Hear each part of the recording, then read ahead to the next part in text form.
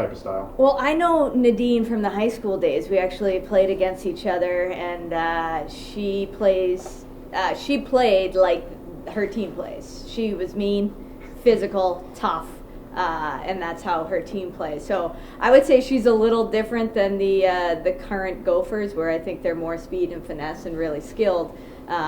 She's got a bite to her, and so does Ohio State, along with the skill. So I think we're similar to that, where we have that skill, but we play a tough brand of hockey too, and that's what makes it really fun. And she can score. Nadine? Oh yeah. Check out her stats. She can definitely score. Their forecheck, what kind of problems does that pose? That was something Sid mentioned. They forecheck real well. Yeah, they're relentless on the puck. They go at you hard. They send two usually.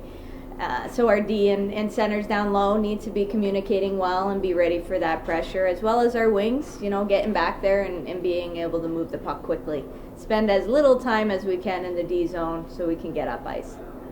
How key is it this is a tough stretch you guys have here to close out the first half. How key is it to start that stretch strong this weekend on the road against the Buckeyes? Yeah, I think it's important. I think, taking into consideration that we had the flight here, getting used to that. We had a little experience with that in Buffalo, so I think that helps. But every game along this stretch is important, none other than the very next one, and that's what we're focused on. Did you get a chance to watch Maddie and Sid at all with Team USA over the weekend? Actually didn't. I stayed away no? from hockey a little bit on the off weekend. Yes. Yeah. Those are the only two then that stuck to hockey all weekend, I guess. Yeah, pretty much. But I got some details and heard about it, so. For you, how important is it to kind of get away? Sid had mentioned that she liked still playing last week, that she actually came back refreshed from that camp. For you and maybe the rest of your team, how important is that maybe to take a step back from hockey before you have this tough stretch to close out the first half? Yeah, if you know anything about Sid, she's a go. She was in the weight room on Monday when she had the day off. That's what gets her going, and there are certainly people like that. I think having balance in anything you do is really important, whether you're a coach or a player. Being able to step away, go see the family, do something else. I think what I've seen are pretty spirited practices this week, and I know the group is eager to play again. So a cynic would say that you've now played like in college football where they play 3 or 4 exhibition games first, but your exhibition season is over and now it starts for real. Is that fair? Well, why would you say that's the exhibition season? Well, because the level of your competition the next 2 weeks is going to be the toughest you've had all year, I think. Yeah, it depends. I mean, Clarkson's ranked pretty high. Yep. We've opened with them, and I think from being here long enough that I try to keep our team having the same approach no matter who the opponents are, because the more you focus on who the opponent is and what they've done and what their record is, the less we focus on ourselves and what we're good at.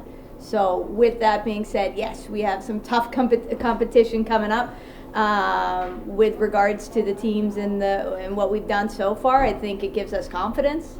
When you're 7-3 heading into this stretch, I think that's a lot better than it could be. So there are a lot of benefits to the early season play.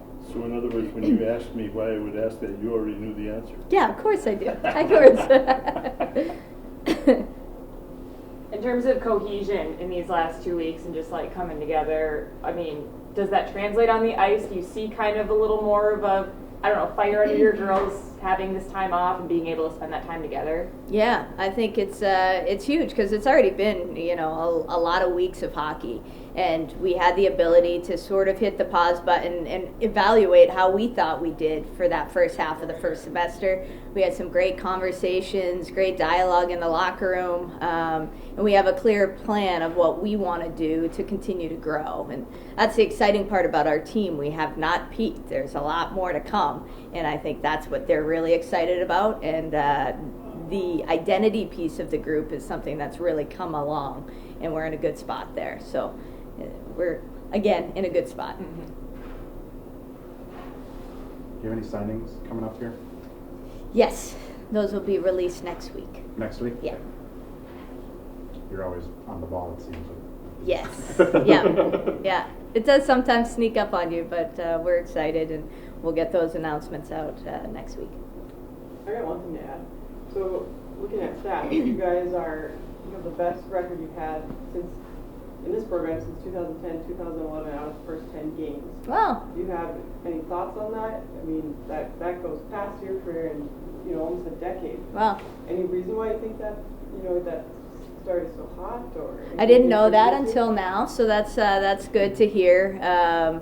I do think when you have a strong senior class, which we've talked about a lot, I think a lot of early season mistakes don't happen. I think when you have a small freshman class, early season mistakes are lesser. I'm not saying we've been perfect by any means, but I do think we have an older group, and we're lucky to bring back a really talented team, and we've sort of gone as they've gone. And I think having last year and experiencing some disappointment there, I know they have those lessons in the back of their minds, and they're doing whatever they can to make sure that we don't make those mistakes again.